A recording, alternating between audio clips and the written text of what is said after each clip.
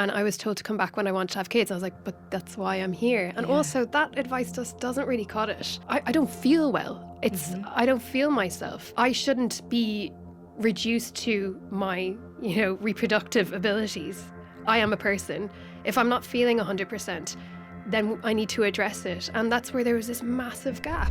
Your body, it has gone through so much. Even though I was a professional, I was a nutritionist, actually putting your professional hat on when you're going through it yourself is another story. I wanted to just have an open mind, but when it came down to it, there's something switch that went on in my head that I was like, I must breastfeed at all costs. I don't know whether it was a fight or flight thing. I was in A&E with mastitis on day 3. I didn't want to upset anyone. Yeah. But then also I was like, well, this is what happened to me. It's not like I'm, I was surprised. The response was incredible. Actually, a lot of people that after I posted that video that of my experience had messaged me directly and said that they'd never actually shared their loss with other people. Also, I feel like something. Sorry, now I'm going to stop talking about Liliana now. GQ. Are you though? GQ. Are you? Do we have to? Every now and then though, during this next hour and a half, we're just gonna in our heads hear I didn't know it was a pussy palace, pussy palace, pussy palace. Hello and welcome to a brand new episode of Happy Mum, Happy Baby, the podcast. Today's guest is a nutritionist. She is part of the supportive eating movement. She specialises in hormone balance, metabolic health, sustainable well-being and combining empathy with expertise. That is her place online and I absolutely love watching it. She's also the mum to one little boy named Quinn.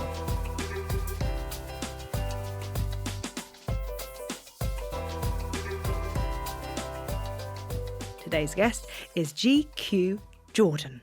Thank you. So that was a lovely intro. Well, do you know what? I don't usually read my intros, but then there were so many parts of it that I was like, if I get that wrong, I just there's no way I could contain that in my head. But there's so many different parts of what you do. And when we first spoke about you as a team, as the Happy Mum, Happy Baby team, Happy Mum, Happy Baby team, obviously we could have had you on as an SOS guest and talked about nutrition in that way and, kind of gone down the route of having people sending questions and kind of going, what are we doing? But actually, I think what makes you really incredible is the fact that you put so much of yourself into what you create. Do you know what I mean? I think you lead by heart. I do. Yeah, from experience. And thank you for that intro. But it's exactly that. My whole approach is based off experience. I am a mum of 3 years now. And I've been there when I'm eating crusts of toast off my son's plate because I haven't had breakfast that morning, or I'm running on empty and fumes. And my whole approach and how I try to help people is because of that, because I know what it feels like. I've been there and I want to meet people where they're at. I think that's the important thing, because I think a lot of things online, it's just so noisy out there. There's so many opinions, so many divisive opinions, so much information. Like, we have more information at our fingertips than ever. And that should be a good thing. It should be like confidence building, but it has the opposite effect. We are like paralysed. Well, because I guess you've got a lot of people who want to basically come up with the next big thing that people can get behind and follow. But that's where you get fads from. Yes. Whereas actually, if you're looking at someone's lifestyle and making...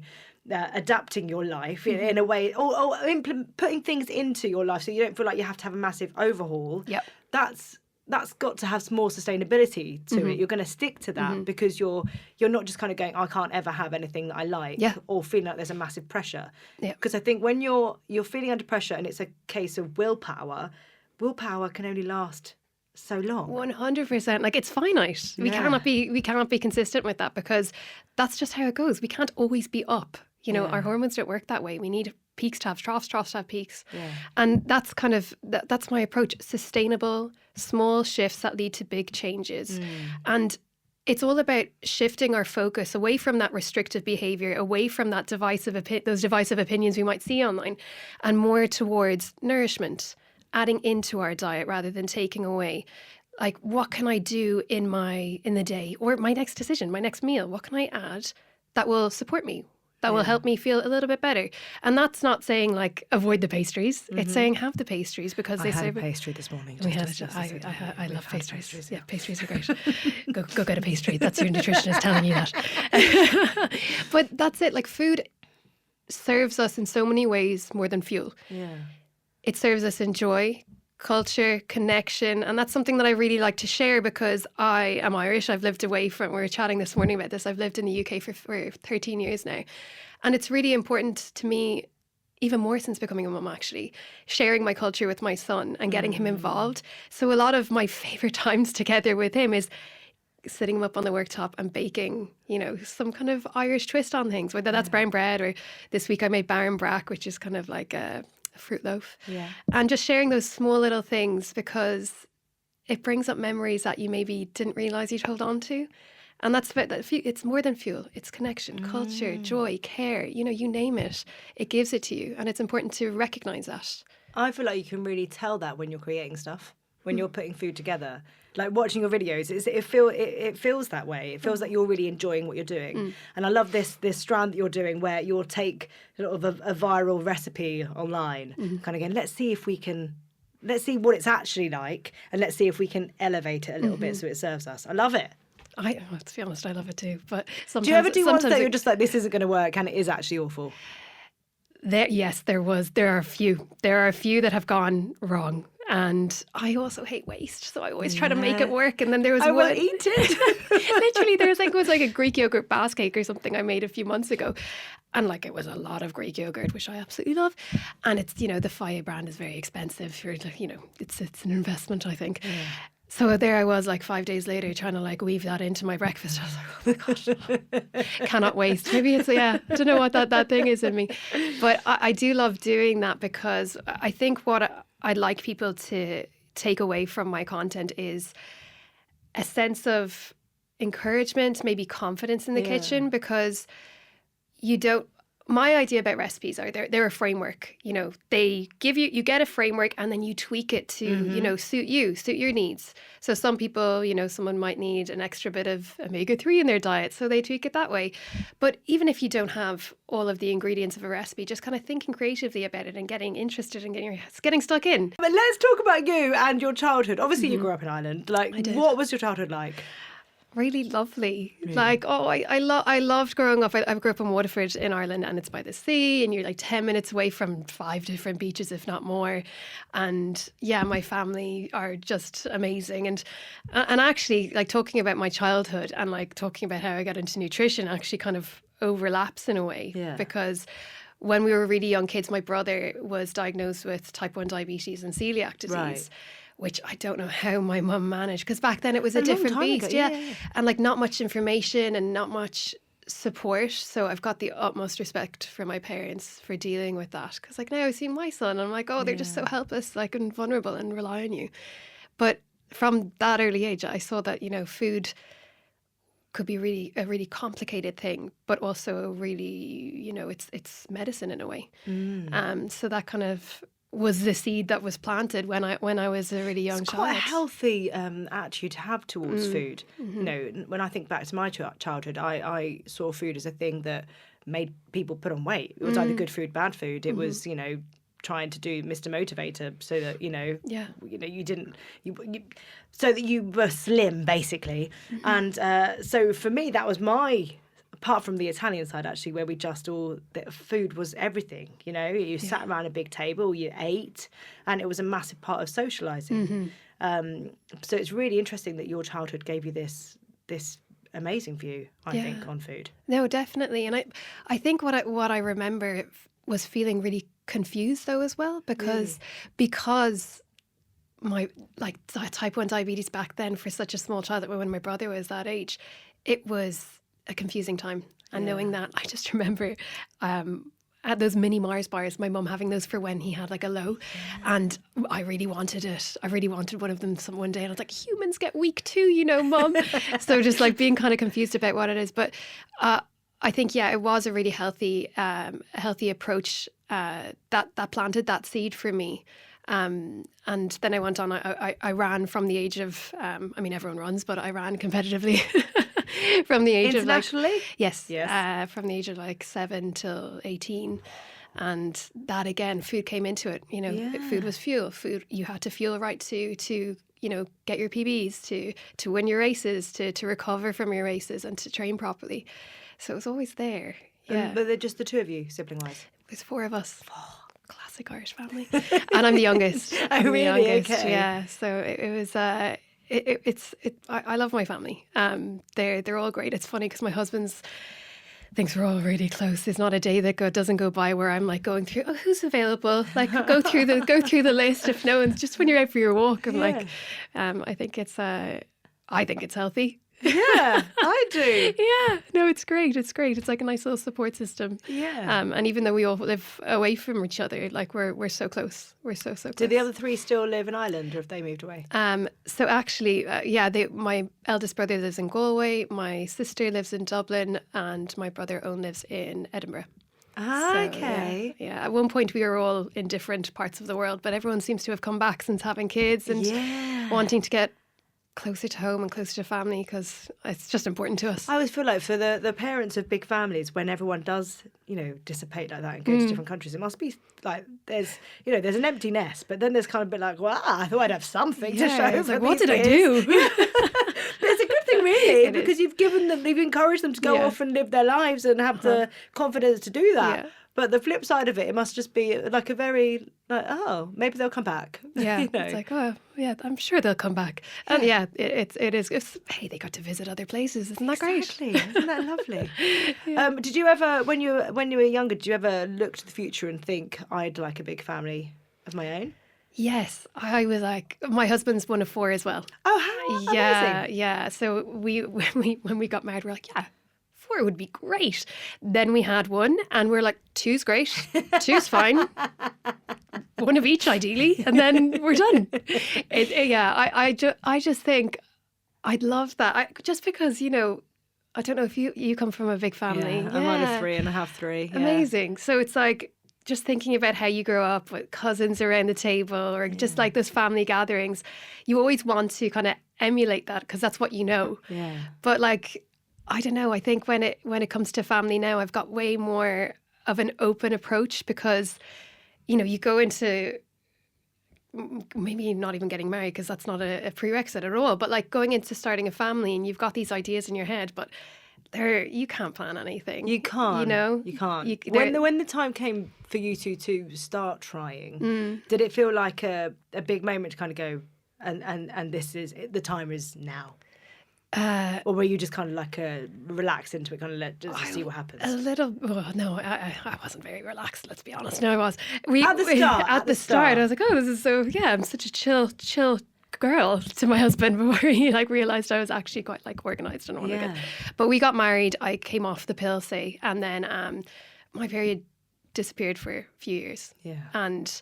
Which so many people, I mean, I don't know how old people. you were when you started the pill, but I started when I was 16 and I came off it when I was 26 and I didn't have a period for a year. But you also don't know what's going on with your body during that time either.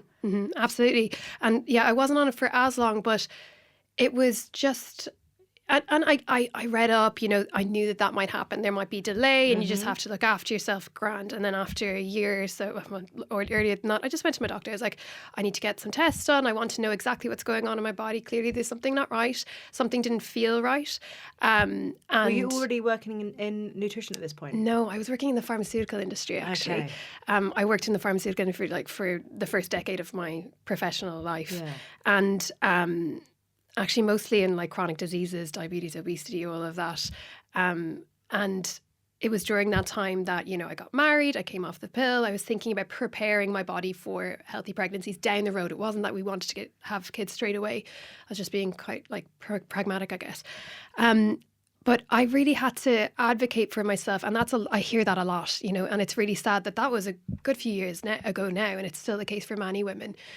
But I knew something wasn't right. And when I got diagnosed with PCOS, At what point did you get diagnosed with that? When you started trying? yeah, when I started trying, or when we were trying, I didn't have a period, so I was kind of like, oh, that's gone out the window. But it was a couple of years down the road. It took me about 2.5 years to get diagnosed, and that was me pushing for appointments, me going private, me, and I was told to come back when I wanted to have kids. I was like, but that's why I'm here. And also that advice just doesn't really cut it. I don't feel well. I don't feel myself. I shouldn't be reduced to my, reproductive abilities. I am a person. If I'm not feeling 100%, then I need to address it. And that's where there was this massive gap. I have PCOS, and I've got to say, when I was diagnosed, I had exactly the same thing. I was basically given a leaflet, and it's that thing of, so what about my fertility? And it was a bit like, we don't have to worry about that yet. But there's nothing for the symptoms that are actually happening in that moment. Absolutely. There wasn't any support, and also that thing of, but I do want to have kids. So what are we doing here? Yeah, absolutely. Because you don't want to just wait and see. You want to be proactive, and I think that's where there is a massive gap in our kind of, what would you call it? Well, between medicine is so important, and it saves lives, and it's really good for conditions that have specific treatments or infections or broken bones or whatever. But when it comes to that day to day, that impact on our quality of life, like we're talking about, there is a massive gap. And then on the other side, we have wellness, and that's over promises and under delivers. Yeah. And that gap is where I want my kind of approach to sit. That's also, supportive. I feel like sometimes approach. With the wellness thing, there's almost an element of, well, you're not doing wellness good enough. Yeah. It's like, well, it must be you. It's not us. Yeah. Elitist. Where there does have to be a crossover. Absolutely. And that's why I want to meet people where they're at. Yeah. Because there's this massive gap, and you can do things every day. Nutrition isn't something, this satellite, smoke and mirrors kind of thing that floats on the outside that we don't really understand. It's something that we do every day. And it's something that we interact with food multiple times of the day. We can just start tweaking small shifts, laddering up to big changes where we feel that. And it doesn't have to be huge. It doesn't have to be Instagram perfect. It doesn't have to be, whatever.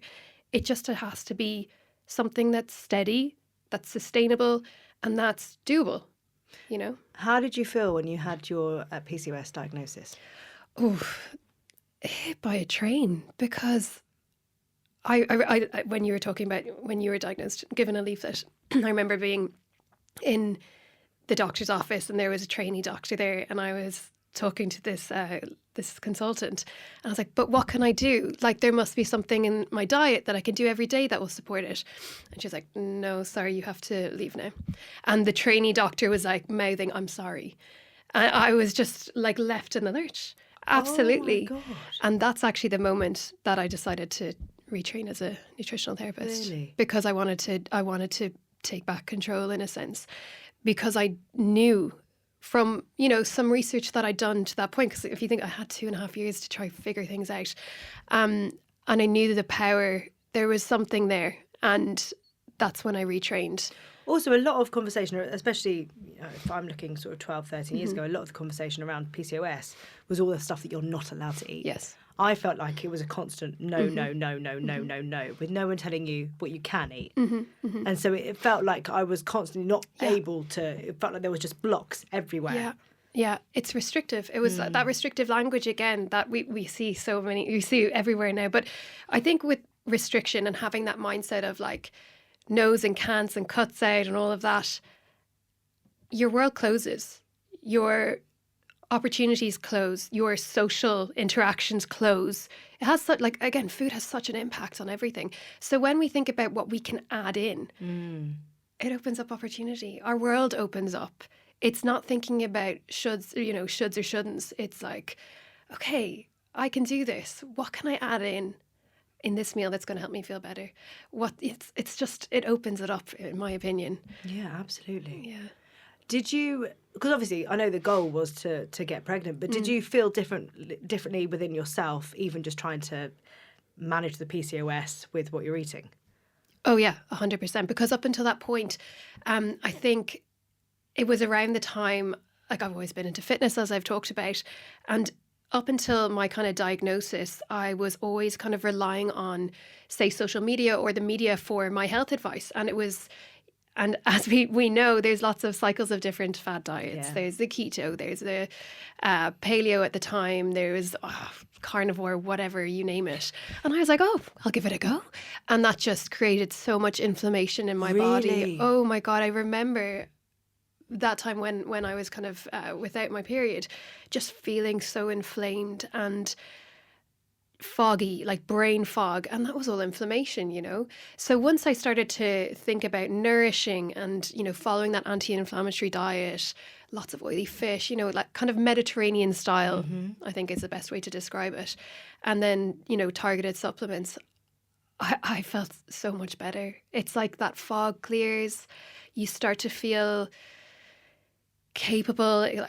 Fitness and movement is so important to me, so just feeling like strong, and you know those key indicators in your everyday that actually make a difference, not like, say, numbers on a scale, like your energy being sustained, your sleep being deep and restful, waking up feeling ready to go, interacting with my husband in a pleasant way. I'm always pleasant. I'm always pleasant.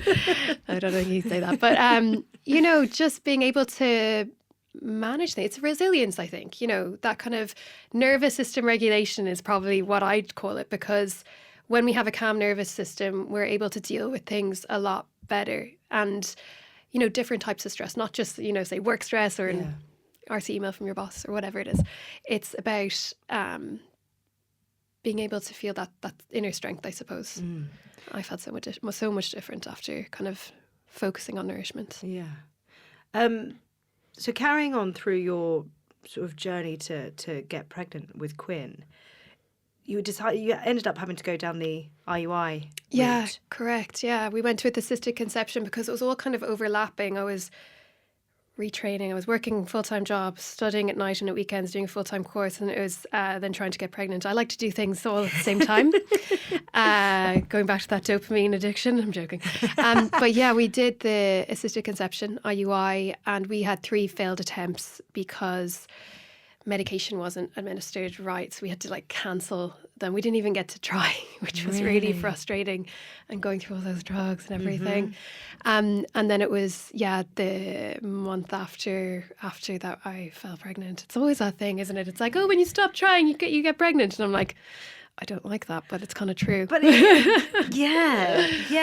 it's that thing, isn't it? Everyone's saying, just relax. If you just relax, it will happen. Well, how do you relax when that's what you desperately want? When it's the one thing that you want, Yeah. how are you going to relax? It's the one thing you think about.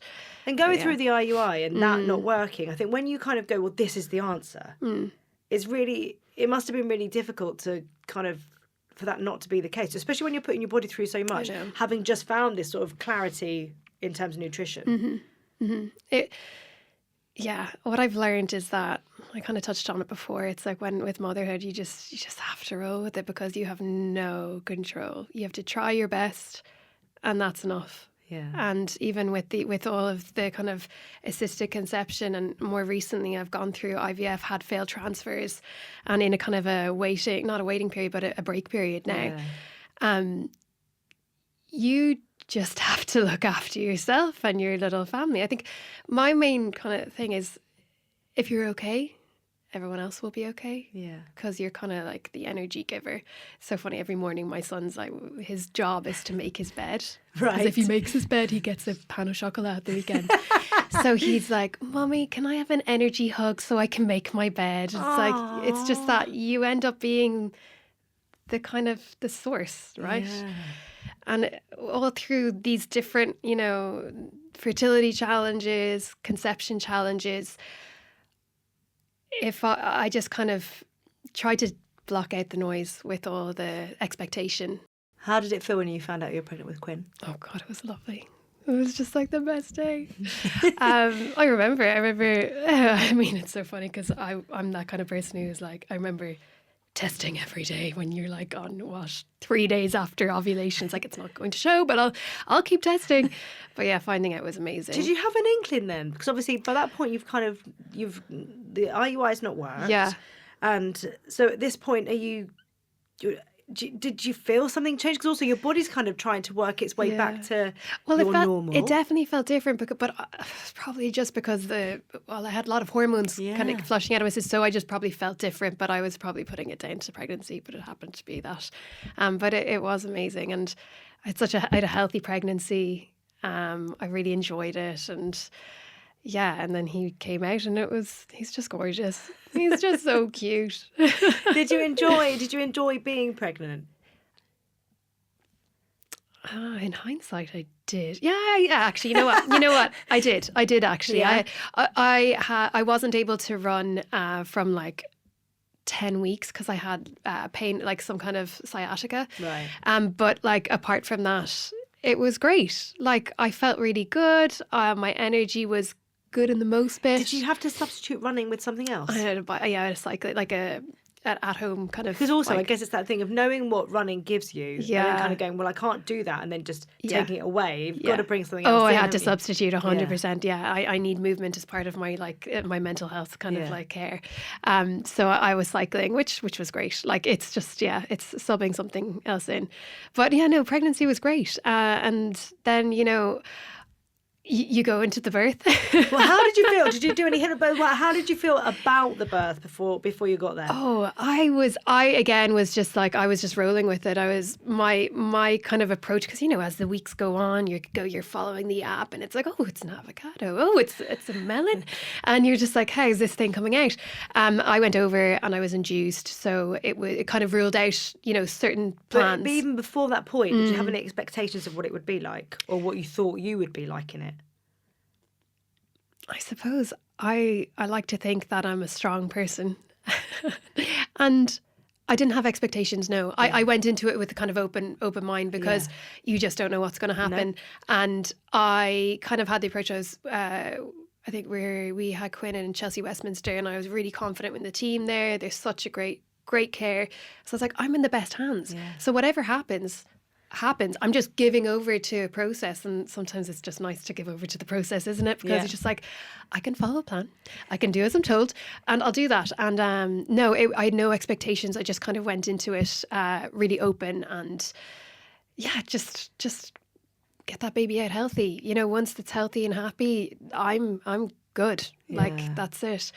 And I kind of took that approach to pain relief as well. It's like, I wanted to go into motherhood feeling the best version of myself, because birth is just the beginning. Yeah, you need to be present afterwards and recover well. So, I was just open to the care and open to the expertise that I was kind of handing over to. How did you feel when you stepped into being overdue? Because there's always that thing, I feel like that date, I think the best thing I was ever told in my first pregnancy was that it's a 5-week window. Okay. Yeah, actually. So from 37 to 42 weeks, you've got a 5-week window. You don't have to tell anyone your due date. It's within that period. Yeah.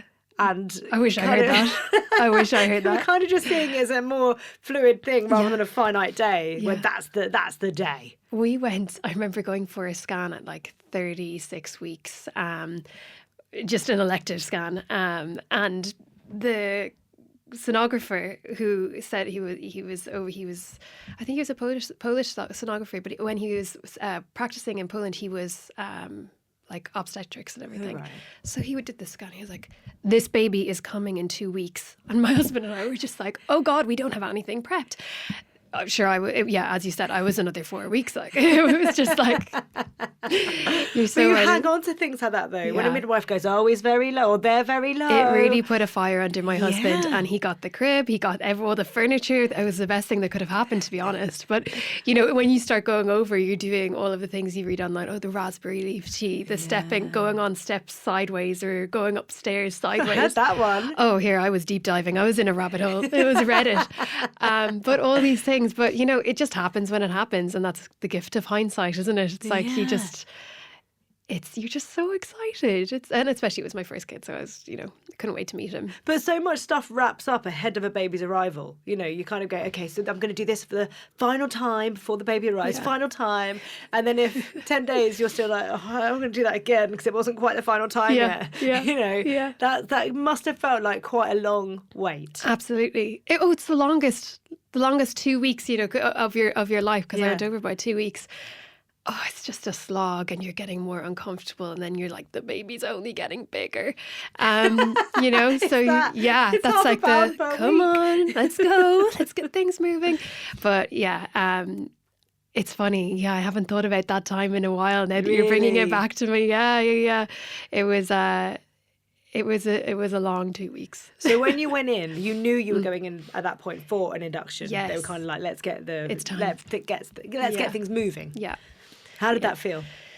Good. Yeah, I remember getting up early. We're in there for 7:30, and I was induced, but nothing was really making things moving. So eventually it did, and it was a long enough birth, 24 hours, but it ended up in an emergency C-section. So they tried to break your waters 3 times. Yeah. God, you do your research. They did, and it was so aggressive that my cervix was swollen instead of dilating. So I was getting contractions every 1.5-2 minutes for 16 hours. It was pretty rough. But once the decision was made to do the emergency C-section, I think the emergency makes it sound really like dramatic, but actually it was the most calm experience. Really? Oh, it was like night and day. The decision was made, and then within half an hour, 10 minutes I was in the theatre. Yeah. And then within half an hour, Quinn was here. And that's kind of, I don't want to, like, when I say emergency, I just want to, it was actually such a nice, good decision for us. And it was an emergency, but not in a... everyone's panicking. Exactly, because emergency in the sense that it wasn't planned. That's why they use that word there. But it was a really lovely experience. It's a really good distinction to make as well. There's so many people end up going down that route. That doesn't mean that anything's... No, that was actually the calmest time of my whole labour. Yeah, and we had our playlist on. We didn't have the playlist like organised because it wasn't a plan. So Quinn was born to what was it?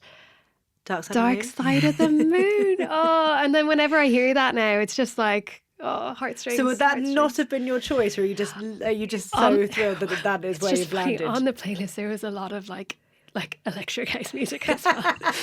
So it was nice that it landed on, on that one. It was a bit more chilled. One that's always going to come on. 100%. Do you know what I mean? At a wedding. Oh, it's a tune. Oh, yeah. And you could just be like, oh, yeah. Yeah, it's just a happy song. And then, I think...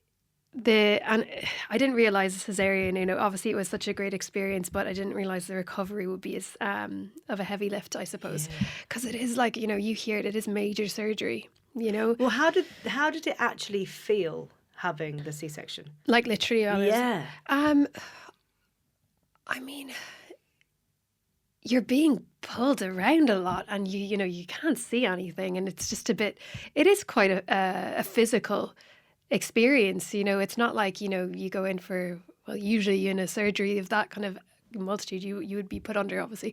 You don't want to do that when you're doing a C-section, but it is physical. You can feel the pulling, you can feel the baby kind of coming out, not actually, but in the sense of your whole body being moved. But yeah, it was again, once I kind of was doing deep breathing, because it's a new experience, and seeing Quinn, he literally came out and I was like, oh, he's a Jordan, because he has his dad's nose. But yeah, no, it was great. And the Is team Quinn there, the Q Yeah. in GQ? Oh, yeah. How did I manage to name my firstborn son after me? I snuck that one by, didn't I? He might know now. Oops. But yeah, it's the Quinn. Yeah. So my name is Grania Quinn Jordan, and then Quinn. Yeah, sweet. That's really... If I do say so myself. I think that's gorgeous. And he's always a part of what you do as well. Yeah, 100%. So gorgeous, so gorgeous. Yeah. Did the recovery surprise you? Yeah. I think recovering from that C-section really changed my approach to health. Again, after, I have had like multiple kind of experiences, whether it was, the fertility challenges and getting pregnant but after having Quinn, it's your body, it has gone through so much, and even though I was a professional, I was a nutritionist, actually putting your professional hat on when you're going through it yourself is another story, you know. Yeah. And I'm a doer, to my own detriment in postpartum, I think, because I was trying to do everything. I got like sucked into that whole thing of, you know, you should do this, or maybe I should be up, I should be out, I should be doing baby classes, I should do like catching up with my baby group, or going for walks or whatever it is. And I really lost sight of the foundational like habits that I preach now. Yeah. You know, eating breakfast. That just go, like it's the first thing to go, but it's actually the most important thing. Were you surprised by things like that? Because obviously everything like that has a knock-on effect of how you can manage throughout the day. Mm-hmm. But as someone who does what you do, were you surprised by how easy it is to kind of for those things to slip? Yeah, so easy. It's so easy because your morning can fly by when you've got a newborn. It just goes between feeding, whatever way you're feeding, it's prepping a bottle, it's like breastfeeding, it's timing naps, whatever. Before you know it, it's 11 and you've been up since 6:37 and you're running on fumes, your body's trying to recover. It's, you know, it's so important, so easy to let that slide. But so it's so important to reinstate that. Yeah. And like even like I say now to my friends who are having kids, like, you know, if your partner is offering a hand, if you have 5 minutes, prep my breakfast for the next few days. Because even if you have something just quick, easy to grab while you're feeding or while you're doing XYZ, having that in place changes the whole scope of your day. Like you said, it sets the tone. And I think in motherhood, you're like running at a different frequency. You're multitasker extraordinaire. You're able to do 10 million things at once. And just because you can doesn't mean you should. Yeah. I think slowing down is the thing that when I go through my next pregnancy, hopefully, I will slow down. Just, you know, slowing down to speed up, because those first 12, I'd even say nearly a year after having your child, because you're still recovering, your body is still, you know, repairing and replenishing and everything like that. I think slowing down is the only way you will speed up your recovery over time. And, you know, it's so hard to do, isn't it? Because it comes at a time where your life has changed and you want to be, you've got this new role that you've never done before and you want to be the best at it. I know. So you've got all these preconceived ideas of what that looks like and you just go. Yeah, 100%. And I was definitely doing that.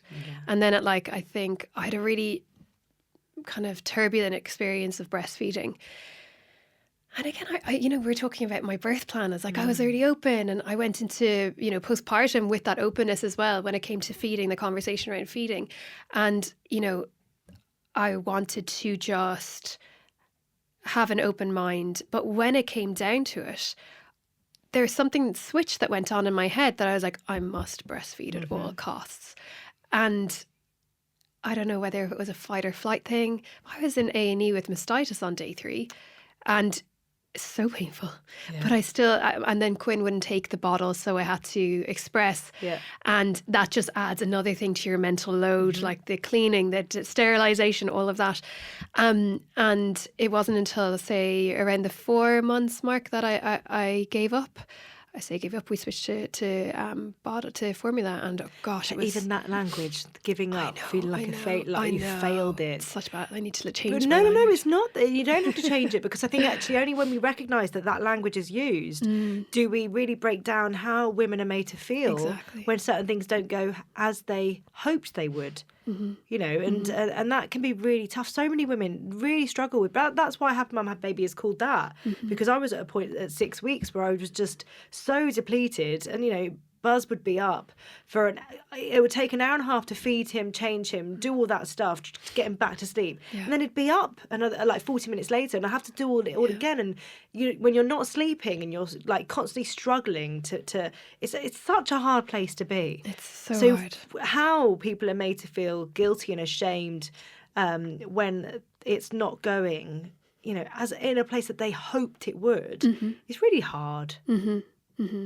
Absolutely. And then you've got so many lenses. Your mindset is different. You know, you're kind of set up to fail in a way if it doesn't go to that type A kind of route. But yeah, no. So for me, that when I switched, let's say, language change, God, it was like a dark cloud lifted. Really? I didn't realize. I did realize it because I didn't feel like myself, and I was reactive, and I wasn't enjoying things. I was so depleted. I was anxious. I was angry, and I just kept on because I'm very tenacious, and I just kept going. And it was my mum who was like, "You don't need to do this. Why not just give it a break? You've done such an amazing job. Like, just." I think there's something when other people say it rather than it's just being on us. I know. You know what I mean? And isn't that bad in itself that it takes someone else to kind of go, you've got to be kind to yourself. Yeah. Actually, and what you're doing is not helping you, which in turn is not helping your child. Yeah, it's going back to that thing of if you're okay, like the name of the podcast, if you're okay, everyone else is. It radiates out. It's not pouring from an empty cup, that phrase. So I felt a release. I could leave the bags down, and I just felt lighter after that, and I felt like myself, and I started to enjoy things. I refocused on nourishing myself, and again the world just opened up. Like, my days weren't me dragging myself through, it was looking forward to things. And just it changes your whole perspective when you feel good and have the right balance of, whether it's nutrients and rest. I just think that there should be a lot more care for women in that postpartum period. Like, what I love about the NHS is when you call up with something wrong with your baby, they are like, we are looking after, we are sending an ambulance, we are bringing you into A&E. So thorough. I think if a woman in their first 12 weeks after a baby rings up, they should get an ambulance out and look after them a little bit more. And I appreciate that there's so much pressure there. With the system, obviously, not to detract from that. It's just, there needs to be a conversation, I think, around, or just an emphasis more on the care for the mother after having a baby, because it's not something to be, brushed over. I've been seeing content online recently about and it's probably my deep dive of of nutrition and viral videos, but the bounce back, the term bounce back is coming back in. Oh, was this a guy that did it? I think maybe, there was a couple of guys, and it's just... First of all, guys talking about women bouncing back have no place at all to be talking about it. I know. But all that language, I feel like it's coming back. A lot of that 90s naughties. It's awful, isn't it? Because we saw that at the time. And then you've got amazing people, like Em and Alex, who are kind of doing so much to kind of get rid of all that language. And now it's kind of... It's spiking back up. Yeah, food is becoming something that is there to be kind of, to maybe trick your body almost, to it's just the conversation around weight being the main focus of someone. And I don't know, I'm allergic to it. It's good that you're calling it out all the time. There's so much more to like I kind of mentioned it before, when you're on whatever your goal is, and there's no shame in wanting to lose weight, especially if it's for your health reasons or just your confidence, but also focusing on, rather than focusing on a number on a scales, which really doesn't impact how you experience your day to day, rather than that, focus on how your energy is. You focus on, again, your interactions, your ability to handle stress, your sleep, going into those things that actually matter to you day to day. And if you can focus on, tweaking those, then your, weight loss or weight management journey will be more easy and a lot more healthy, because it's not the be all and end all. Obviously, we've talked about the fact that you are now trying to expand your family. When you started going down that route, were you even, obviously I know you had quite the road with Quinn, but did you expect it to kind of, no, just naivety. It's like, oh, I've had a baby. I can do it. My body knows what to do. But again, like so many bodies do different things, right? Some bodies are like, yeah, I know what I'm doing now. Yeah. Another, Yes. and then, Yeah. but secondary infertility, you hear about it so much, but you just don't know where your body's going to go until you start trying. Exactly. And I think it's important to say here as well, it's not just the female. Yes. You know, it's 50-50. Yeah. It takes two to tango. Yeah. So it's not, just to put that in there, because I think a lot of the time there is that kind of like, it's the female. It's not always. Yeah. And yeah, I thought it would be like, great, I'll get pregnant. It'll be easy. My body knows what to do. And like my whole cycle was so right. It's like regular now. It's like, Really? yeah. It's like clockwork, that kind of thing. So I thought it would be an easy kind of transition. But no, it took us over a year to get pregnant for our second. And then unfortunately that ended in a miscarriage at 15 weeks, 14 and a half, 15 weeks, which was heartbreak. Yeah. You said that you didn't understand pregnancy loss until it happened to you. God, you just don't. I remember speaking to my mum before I got pregnant that time and just be like, I just know that I just need to get pregnant and my body will hold on to it. And it's nothing, just some pregnancies they just don't continue. And that's something we unfortunately don't know much about, you know, which doesn't help when you're trying to process it, obviously.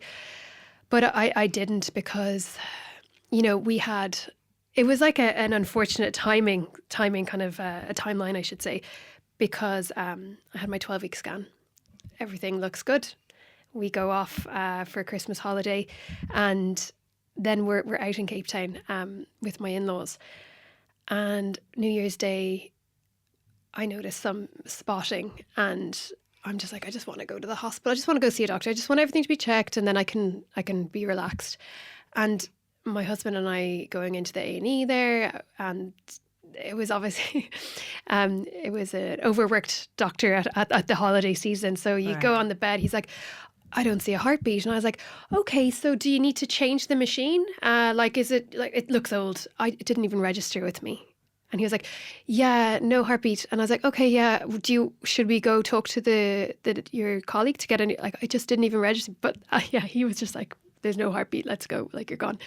So I was just like, can we talk to someone else? And it still didn't register that this is what he was telling me. And we went back out to the waiting room, and the lead gynecologist was called from home because it was obviously the holiday season. And it wasn't until we were sitting there, we're like, did that mean that? No, it couldn't. Everything was fine on the 12-week. Everything's fine. It's just the old machinery.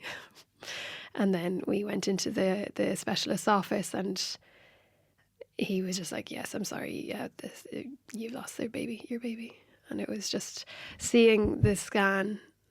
It's just ingrained in my memory. No heartbeat. Yeah. Being told in that way as well. Like, even if you don't understand what you're being told, just being able to replay that, kind of going, that is someone telling you that news with no heart, no empathy. Yeah.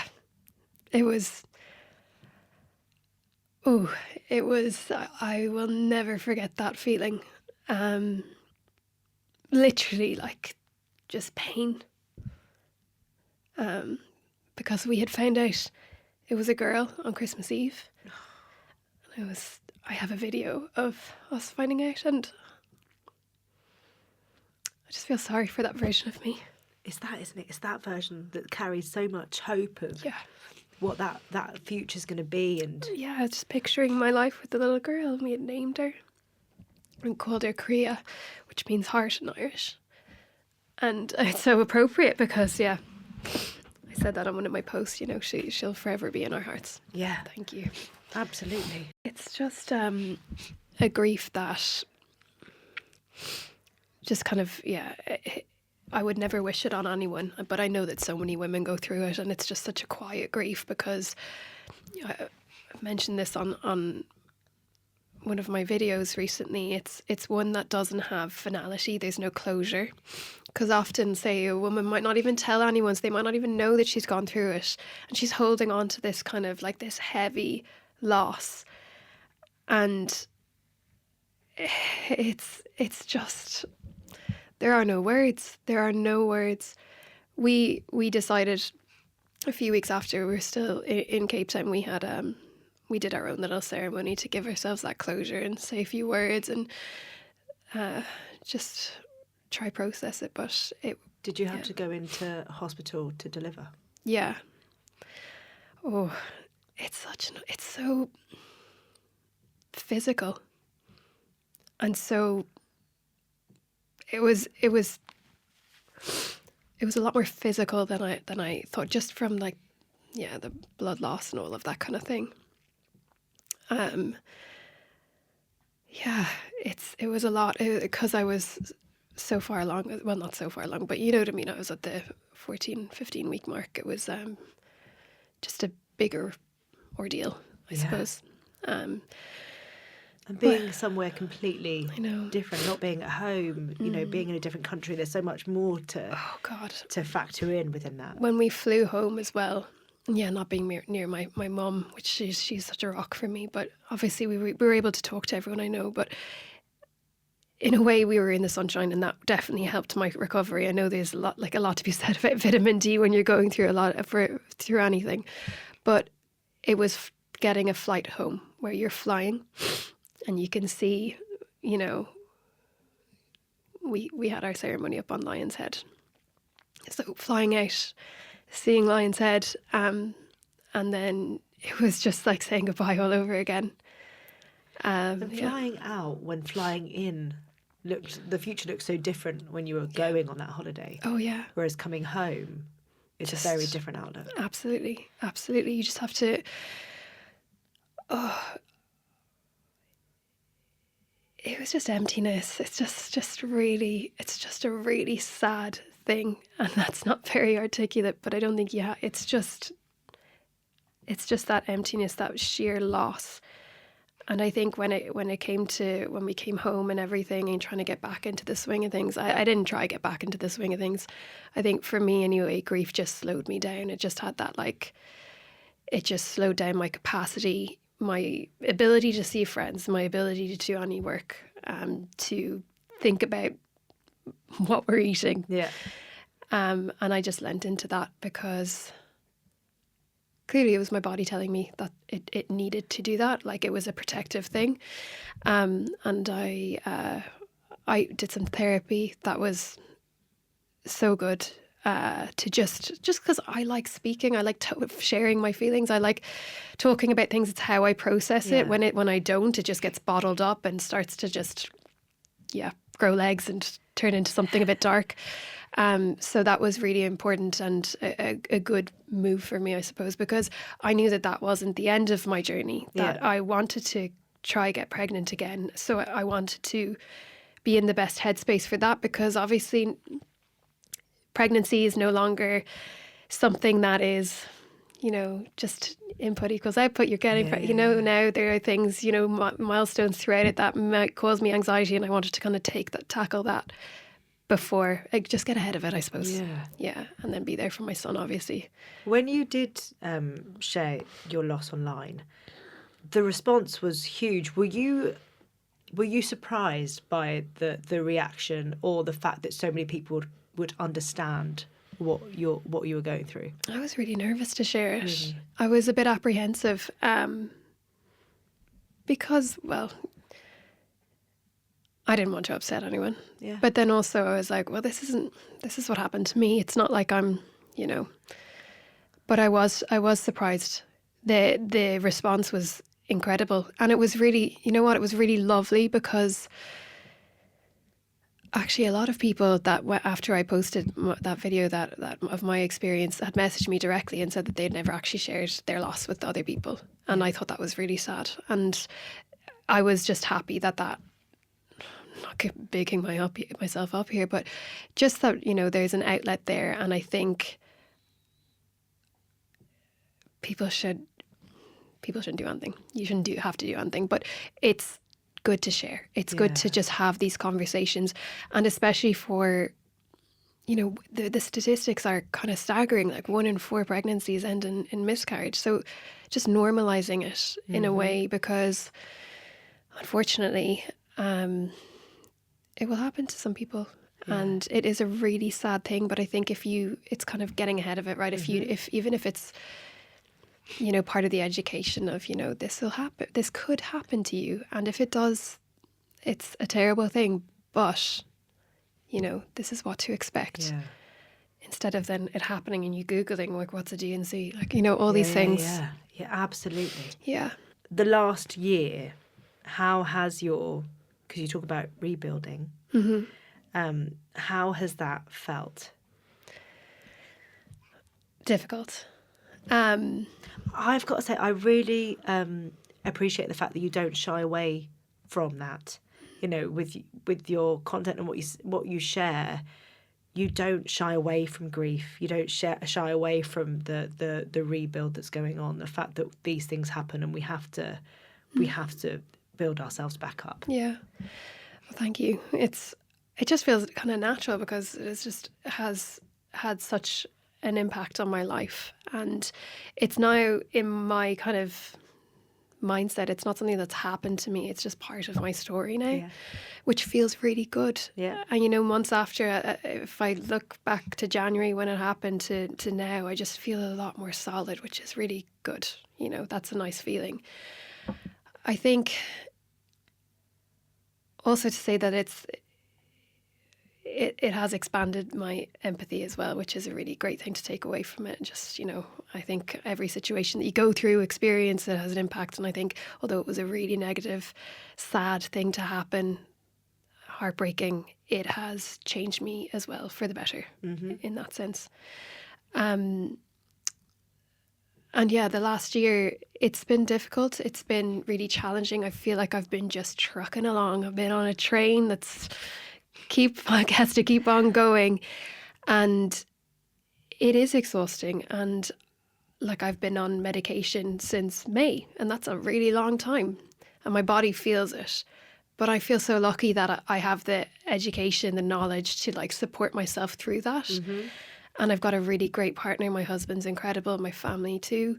And, it's kind of going back to what we talked about earlier, just zooming out. Yeah. This is a tricky time. I always say tricky to my son, so I'm giggling now. It's tricky. It's a tricky time. It's a challenging time. But when I zoom out and think about, the result that we're going to get from it, because we are going to get that result, it's going to just be part of the journey, and it'll be something that I'm proud of. That, we went through something awful and our resilience was there and we just kept on going, which is all you can do. Yeah. I think that's part of motherhood. You just keep on going. Has motherhood surprised you in that way? Yeah, I think so. I think, again, you just don't know until you go through it, isn't it? You're expanded in ways you didn't realise, both in like your love for this little, I was going to say creature, it's not like a demon. Sometimes.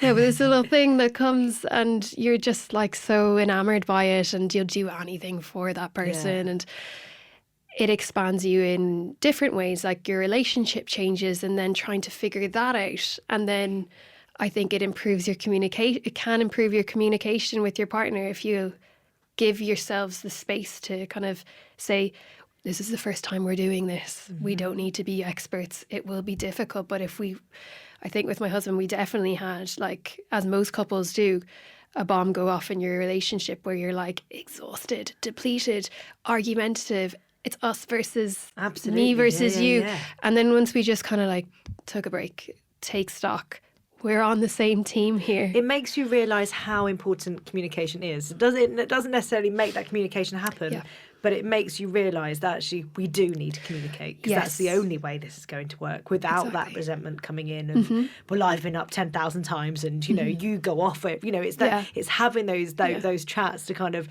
break down those noises that, pop in and that kind of, mutterings that are constantly in your head otherwise. 100%. It's like, you went out last week, I'm going in. No, it definitely does. It just makes you a better communicator. And it makes you a better multitasker, which again, but it changed me for the good. Obviously, again, there were plenty of junctures where I felt depleted, exhausted, angry, frustrated, resentful. What other words can I throw in? But at the end of the day, we are all just humans and doing this all for the first time. Yeah. And I think once we cut each other some slack, cut yourself some slack, cut others some slack, everything becomes a lot easier. It's that expectation that we're told we should have, whether it's around motherhood and being the perfect parent or whatever, the perfect wife, whatever.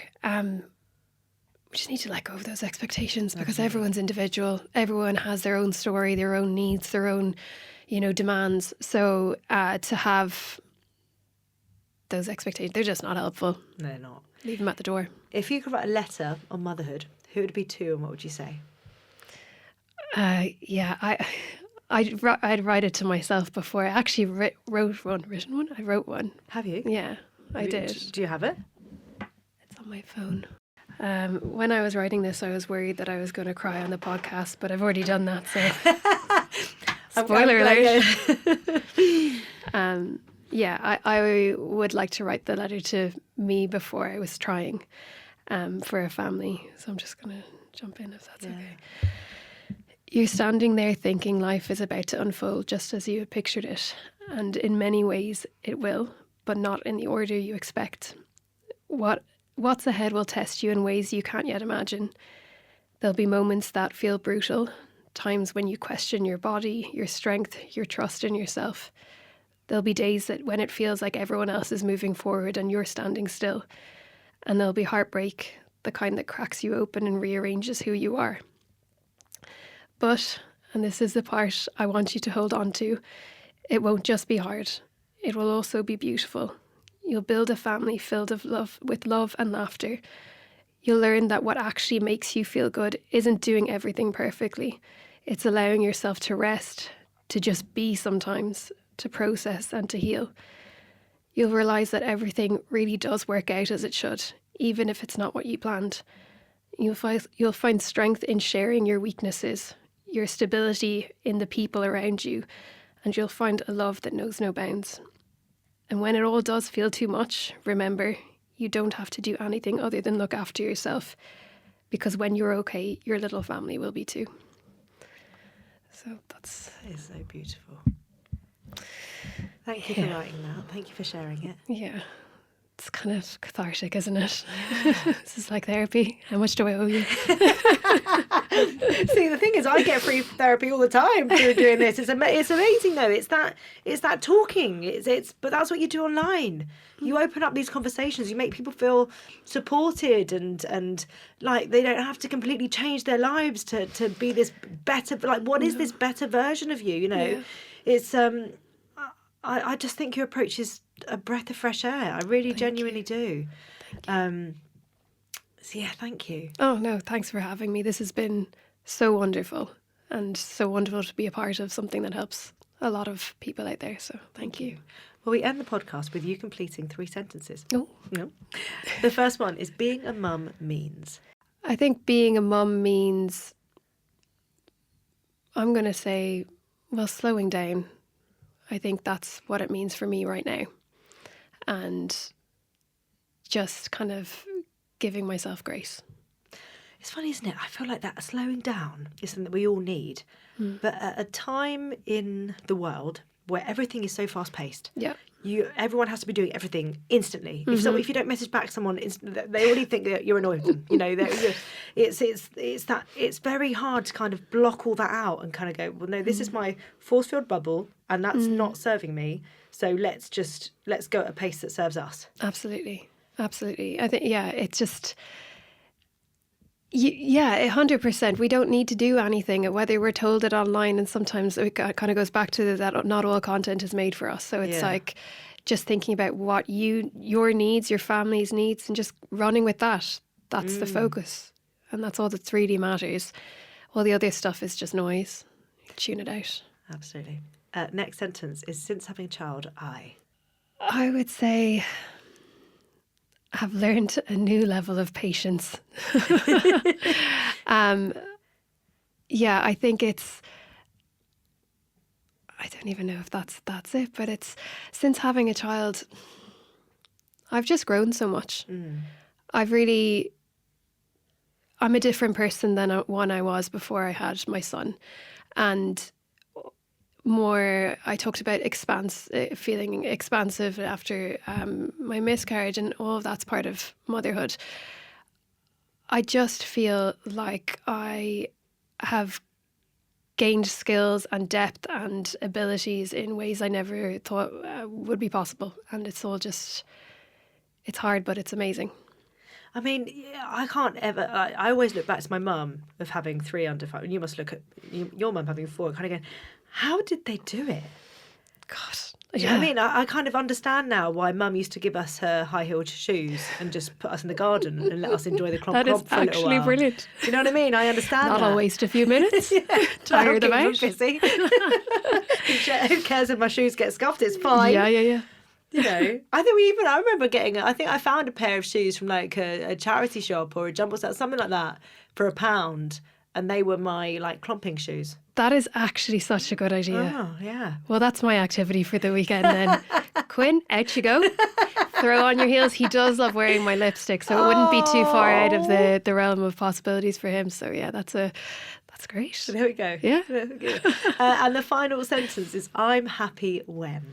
I'm happy when it's more of an image that I'm going to describe. Yeah. I'm happy when I'm at home with nothing to do. My son is up on the kitchen counter. We're making, baking, stirring. Yeah, maybe it's brown bread. It's on my list today. And my husband's there relaxing. Maybe my mum's on the phone and we're just chatting and just being, not doing anything, just being. And that literally, I try to do that every week because it just gives me, it's an energy giver for me. Yeah.